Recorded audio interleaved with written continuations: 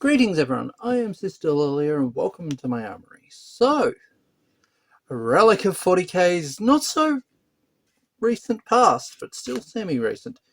So it's been 10 years since this came out, and I figured, let's take a look at it. So back in December, the origins of this actually stem from earlier than this book itself. I mean, there was some element of this, I think, back in Rogue Trader days, but earlier the same year, GW had released a new version of Apocalypse.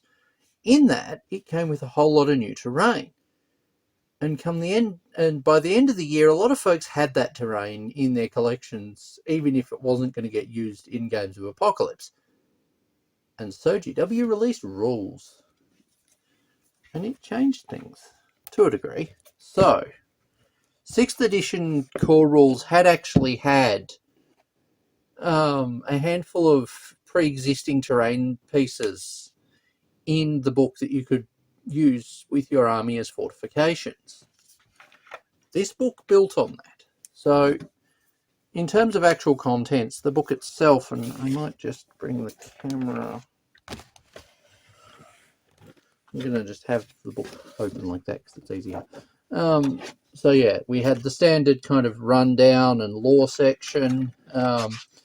We had a whole lot of lore section going up to 997 M41.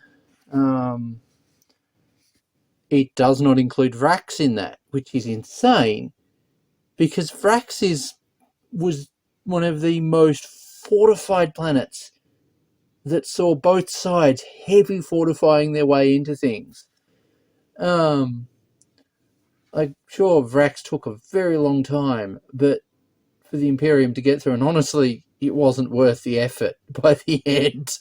Nothing worth salvaging was actually remaining to such a degree that it probably would have been worth the Imperium just bombing the planet from orbit. But it's sad that it's not mentioned here. Instead, we get a different story, which is the story of a short Imperial Guard story, known as the Felguard incident, which is essentially about Guard being sent in to help take the fortification network leading to the capital city. That things go awry fast. That picture is accurate to what ends up happening. There ends up being a whole lot of demons of Nurgle that get pulled in to the conflict, and the people who ended up accidentally summoning them, or probably intentionally summoning them, didn't fare that well from their supposed demonic allies, in that demons of Nurgle proceeded to absolutely destroy them. Yeah, trusting chaos. Who would have thought that would work out badly? Chaos agreements have totally always worked out beneficially for those involved. Never mind that chaos spawn over there. He totally wanted to become a monster, a mindless creature instead of a demon prince. Anyway, we get this gorgeous old piece of art from the Battle for Macragge era. And oh look, that's coming back. We're getting a Battle for Macragge set. And no, that didn't actually influence this video. I've been meaning to record this video for several months now, and somehow it's end of December already. I'm not sure how that happened. But yeah, we see the massive garrison. I don't think that's the Polar Fortress. Yeah, we see an awful lot of Ultramarines and other forces in the background. I mean, the Ultramarines are the Codex compliant chapter. That they would have more than 100 Marines as part of fighting with them means that there are other forces taking part in this battle. It's a shame it doesn't say which one it is, but I'm sure older books would. So in this, it came with both add-on rules that expanded rules that added rules that weren't necessarily mentioned in the core rules due to things coming out after the core rules, such as, thanks to the new Apocalypse edition, such as destroyer weapons and primary weapons. There was also an updated vehicle and building damage chart, because back in 6th edition, we still used the vehicle damage chart. Now, I think a version of that has made its way back for Horus Heresy, and it may still be in Apocalypse. That game system has not been supported in years, and I think it's functionally dead. I could be wrong. But yeah, we've got, so yeah, a roll on a 1 for destroyer weapons was you did well. You don't take damage. The person who fired at you wasted their shot. And it gets worse from there. You've got 2 to 5, which is, it takes a lot of damage and suffers an explode result on the vehicle damage table, or is seriously wounded. And then there's devastating hit, which is just, it is boned. And then there's vortex that just is here. We're a destroyer weapon that just lingers on the board unless you roll a certain number. Roll certain numbers. Vortex was a cool idea that I never got to play with. So I'd got this book back in December of 2013 with the intention of running fortifications, and I proceeded to never do it. This book never saw action in my hands, but I, as a result, reached out to others. Additionally, it also added in the rules for the mega blasts for Apocalypse, because some weapons just went, haha, we're going to take up a lot of space. And when the end of 6th edition Guard Codex came out in March 2014, yes, I'll be taking a look at that next year,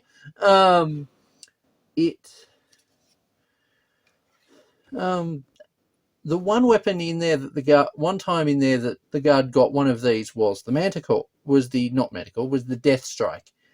We should have got the rules for the super heavies in that book, but we didn't because of a different book that came out at the same time as this, Escalation. Now, I didn't end up getting enough information out of other people to see their experiences with super heavies. Mine have all been pretty lousy. But yeah, we've had that. So it kind of explains the different blast radius zones and the extra damage. Essentially, being in the middle is generally really bad for you. Being on the outer edge is still being in the midsection is also pretty bad. Is also bad, but less than the center, and being on the outer edge means you take the least amount of damage normally. I think there may have been some weapon that reversed the way that worked. But yeah, this is the example for the Aquila macro cannon, which was the big gun we saw on the previous page. That gun. That is an Aquila macro cannon. I'm hoping that the camera's not being blinded. That weapon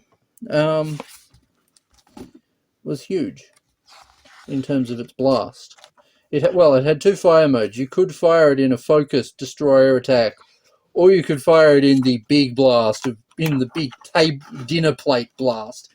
Like back in the day, blast templates were nicknamed pie plates, especially the large blast one. But then there's this thing, which is dinner plate sized. Like, I remember back in the day making a cardboard template of it using a dinner plate that measured the same diameter. It was wacky. There was also updated rules for 40k fortifications, both intended rules, but essentially all the rules in this book were optional.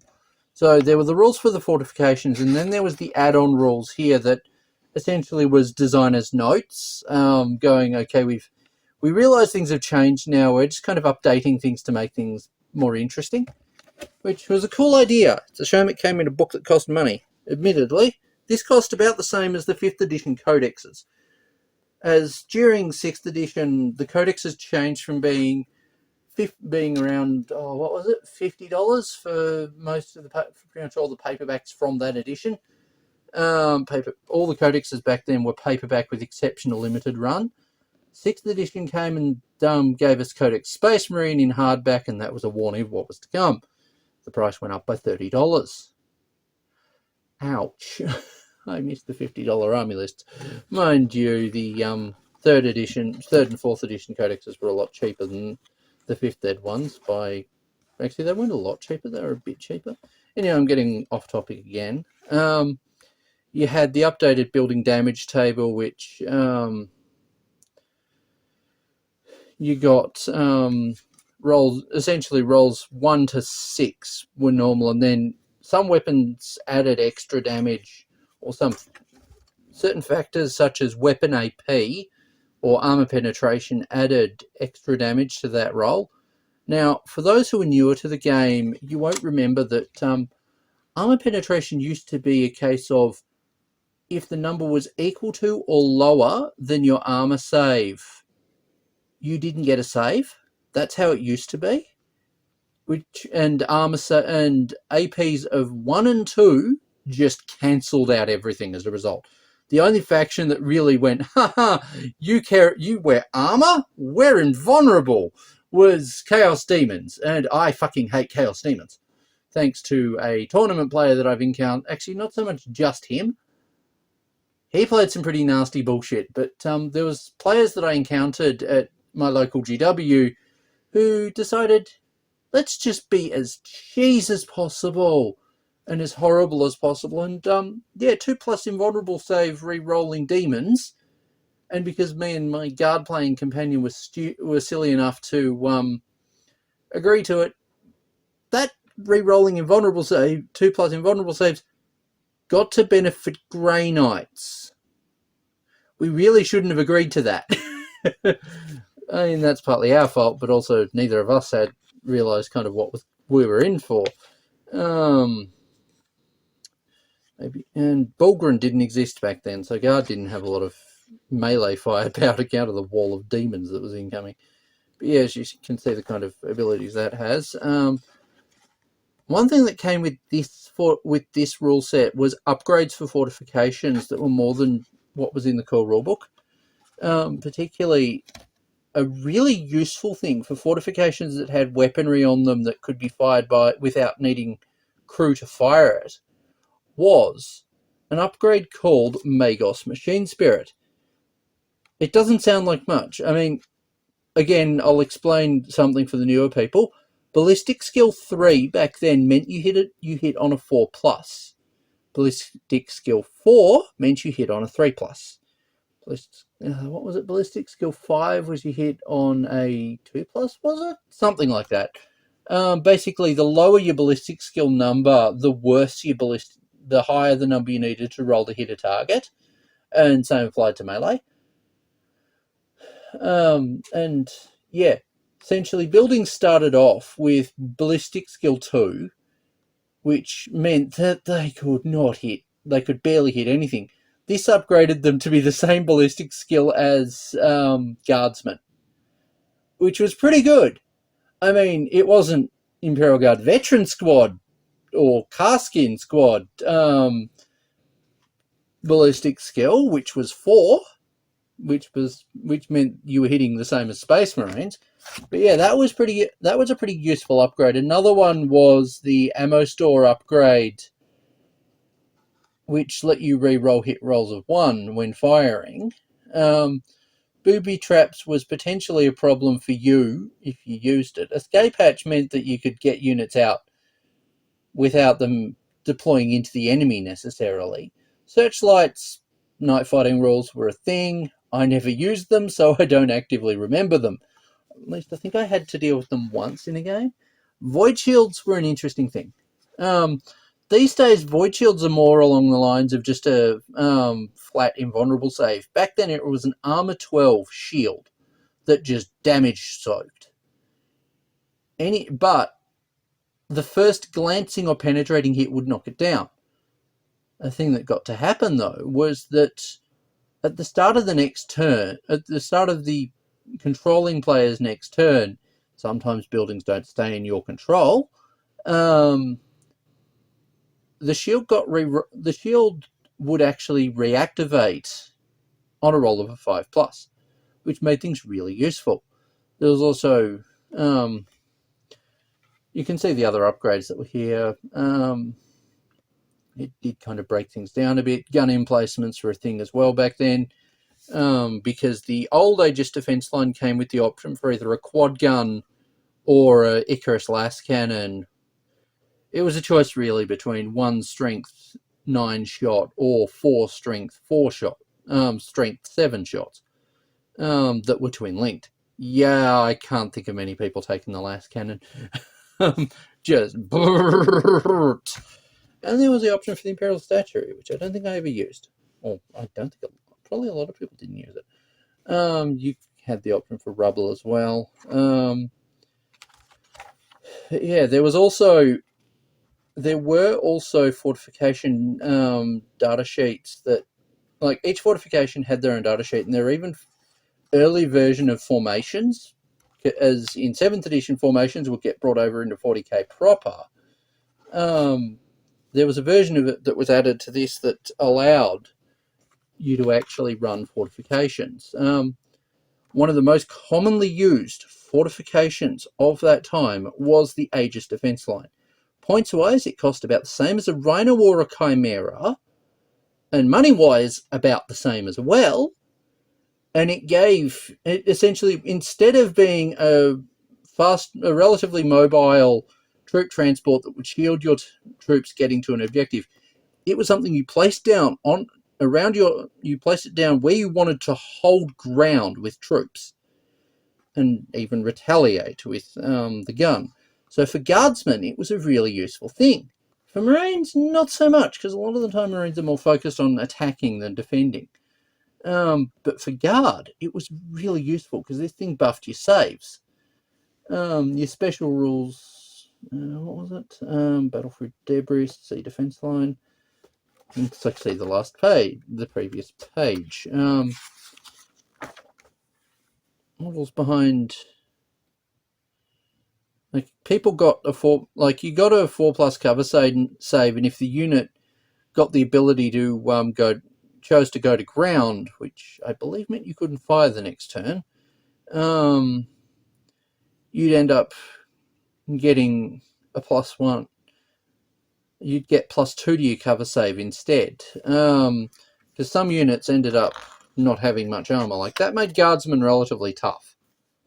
It was a useful thing, and I may have completely misread that rule, I'm sorry. Like, the Imperial Bastion was a good solid piece of terrain that you'd plonk down on in an important location and it would hold. It came with 4 heavy bolters and the option for a top-mounted las cannon or the quad gun.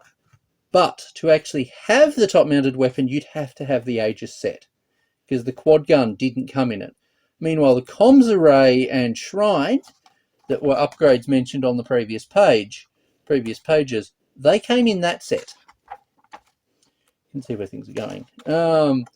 The Imperial Strong Point was a fortification network, essentially an early formation, or not a detachment, because we didn't have separate detachments at that point. Or actually, I think 6th Ed introduced them. Introduced the ability to bring multiple detachments.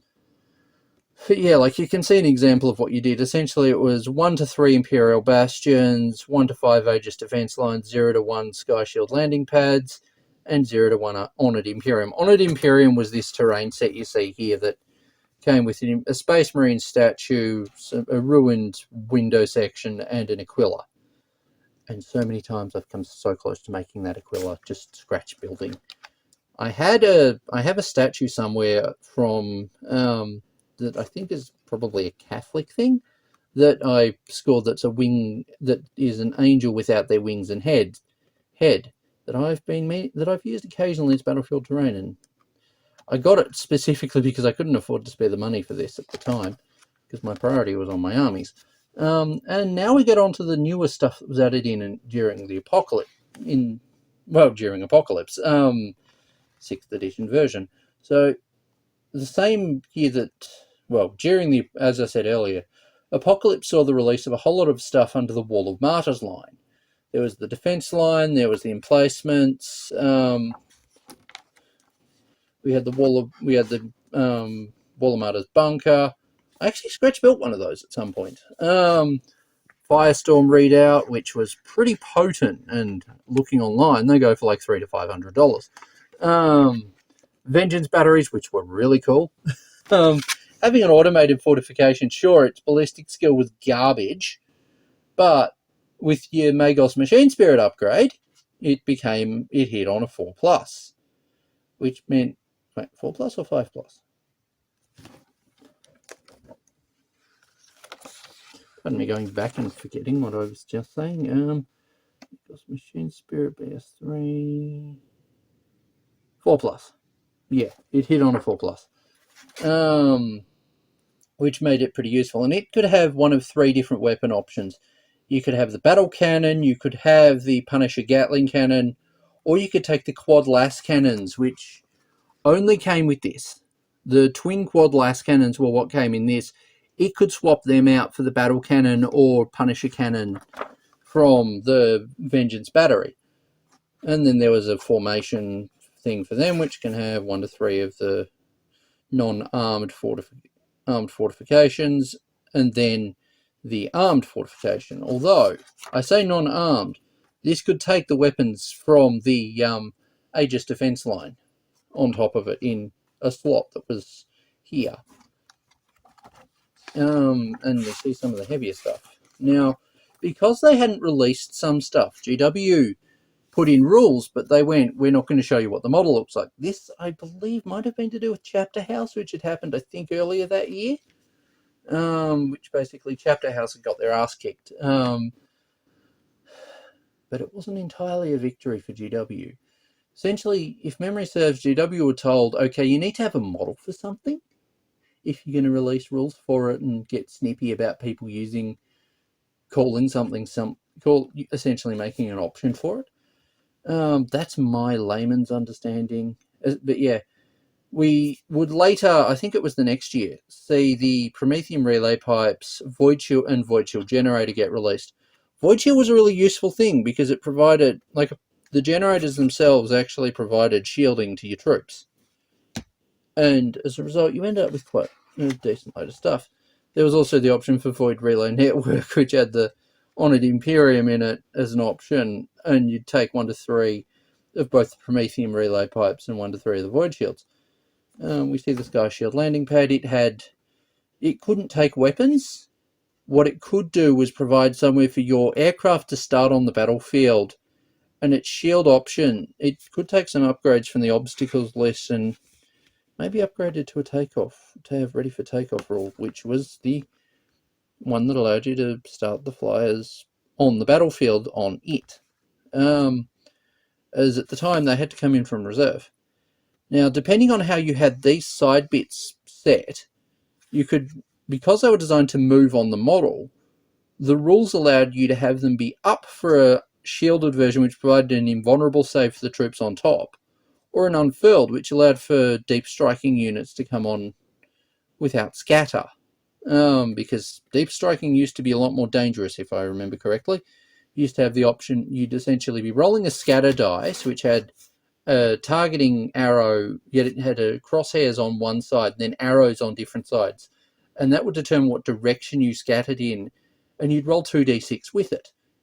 You could have units scatter off the board, or into objectives, and if they scattered, or into buildings, and if they scattered into things, they were goners. Deep strike mishaps were common back then, and also dangerous for your forces. One of the other pre-existing fortifications was, prior to that year, was the Fortress of Redemption. Previously, a seemingly Dark Angels only terrain piece. I mean, it even comes with the Dark Angels icon on it. But it found its way into a lot of Space Marine armies.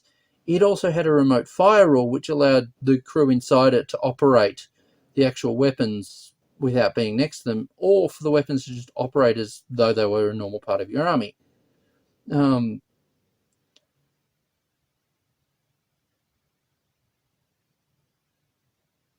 It would, however, as you can see in the rules there, not be usable if the enemy was occupying it. Now, it came with 2 different weapons on it. It came with a twin Icarus las cannon and a missile battery. Or was it that you swapped it out for it? Let me just actually read these rules. Weapons. 1 bunker annex with the silo and 1 bunker annex with the twin Icarus las cannon. I thought so. It could also take the option, it had that rule that I mentioned, the remote fire, was an upgrade for 10 points. You could upgrade the missile silo to have crack storm instead of frag storm. Crack storm was high strength, large blast, whereas the frag storm was low strength, large blast. When I say large blast, that isn't the giant pie plate, it's the kind of this wide pie plate, 6 inches. And you could take up to 4 heavy bolters that were mounted on the actual frame of it. And the next one that came, and one of the other Wall of Martyrs ones, was the macro cannon strong point. Now, there was an alternative rule set next page for the Vortex missile version. Essentially, you got the 2 shells. The macro shell was the D strength shell, and the Quake shell, which was the giant dinner plate template blast, was the big blast. You got the option to take up to 4 las cannons, not las cannons, 4 heavy bolters on it, and you could take some upgrades from the building, take items from the buildings and obstacles list, which included things like barbed wire, which I believe slowed down enemies. It probably said it back there, and I'm not scrolling back. Sonic boom. After firing a Quake shell, draw a straight line between the Aquila macro cannon and the center hole of the Apocalypse Mega Blast template.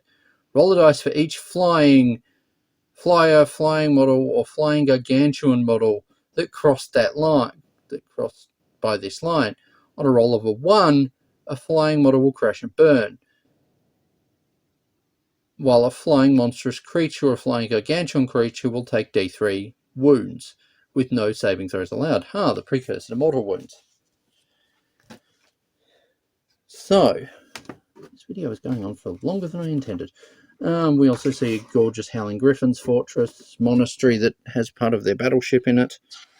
And, and then we had siege missions, which were, missions where one side played as a defender, one side played as an attacker, and they had not only custom detachments for them, but they also had custom maps. Like you see, that one's the pretty kind of standard map, lengthways, and then you have kind of engagement zone-wise, and then you had the final stand map, which was a cool idea. There was also, and it did use night fighting, and we had victory conditions. And there was reserve roles for defenders, units there. And then we had a summary at the back, and we see the art of Tau getting butchered by Vostroyans at the back.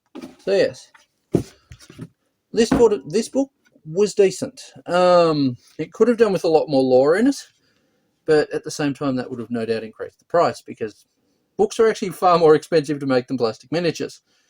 Some people would argue otherwise. I would point them to what's his name? Northern Exile, who is a former GW manager whose trainer actively told him that the most expensive part of a GW miniatures packet is the box. He said that a few times in his videos, and I was paying attention. Anyway, thank you guys for watching. If I don't get any more videos out before the end of the year, Happy New Year, everyone. And if I do, and this is the last one of mine that you watch this year, Happy New Year anyway. Anyway, thank you guys for watching. Sorry for this video being longer than I intended, but, well, I had a fair bit to cover. Anyway, thanks for watching. Bye.